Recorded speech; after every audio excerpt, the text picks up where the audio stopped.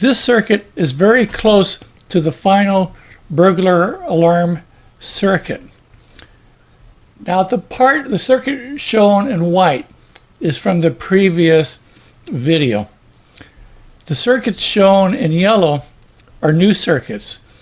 And a few things I should point out. I gave a value to this capacitor used in the trigger circuit.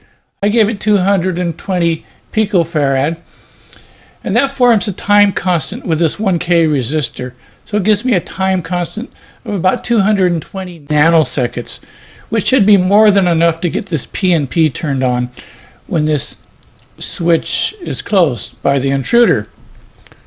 So to recap, when this switch is closed, it fires this latch circuit, this NPN, this PNP. And here I have a timing circuit that after about 60 seconds, it turns off the alarm. Now notice that to the right I've added an alarm, and I've added a bipolar NPN transistor to drive the alarm to ground when the latch fires. So when the PNP transistor conducts, the voltage at the top of RB will be about 5.8 volts or so. And the drop across the base emitter junction approximately 0.7 volts. So notice that I added a 1 ohm resistor and a 10 microfarad capacitor here. Now the reason I did that is suppose that you applied the power, the battery, instantaneously. You connected the battery to this circuit. Now this PNP transistor is concerned that it might get triggered to turn on. And so if I apply power very rapidly, this voltage is going to ramp up really quick, and that voltage changing could be enough to trigger the latch. So when I apply the battery, I don't want the latch to fire. I don't want the alarm to sound and my neighbors to get upset. And consider that at the base of this PNP transistor, I drew a little capacitor in red. And this is a stray capacitor that could exist in the circuit. And it could be very small. It could be a few picofarads. But if this emitter on this PNP changes voltage very rapidly, I could get a little base emitter current that would flow through this parasitic capacitor, and that alone could be enough to trigger the latch.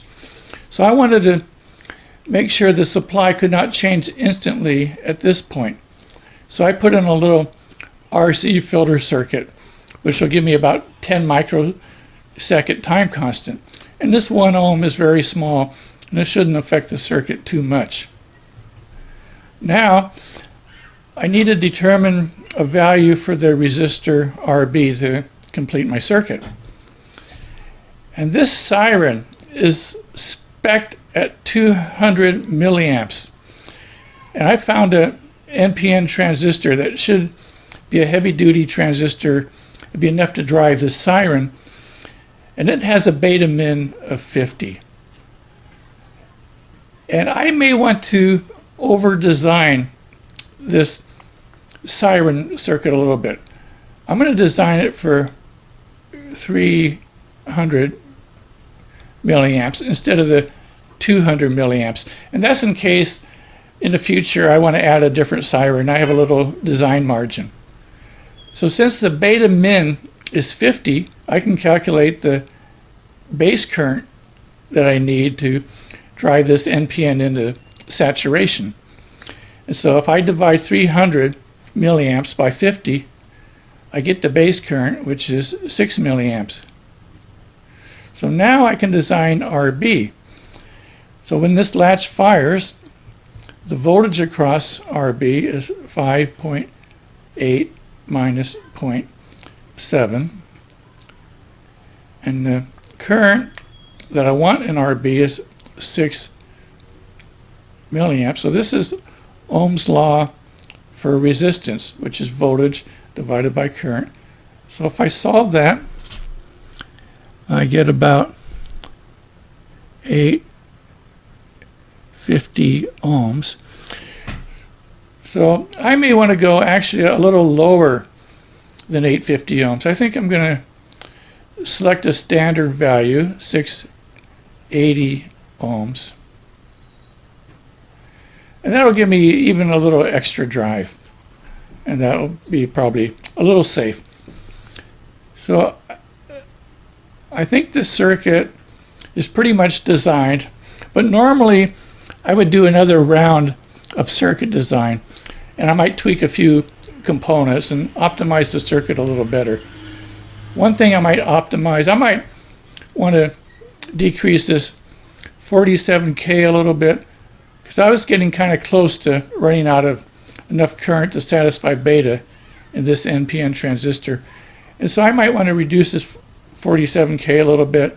I might want to increase the capacitance correspondingly to keep my delay time the same. But so this is maybe not the final circuit, but it should be pretty close. And the purpose of this circuit is to give you an overview of bipolar circuit design. And if you understand most of this circuit design, you're really on your way to understanding bipolar circuit design.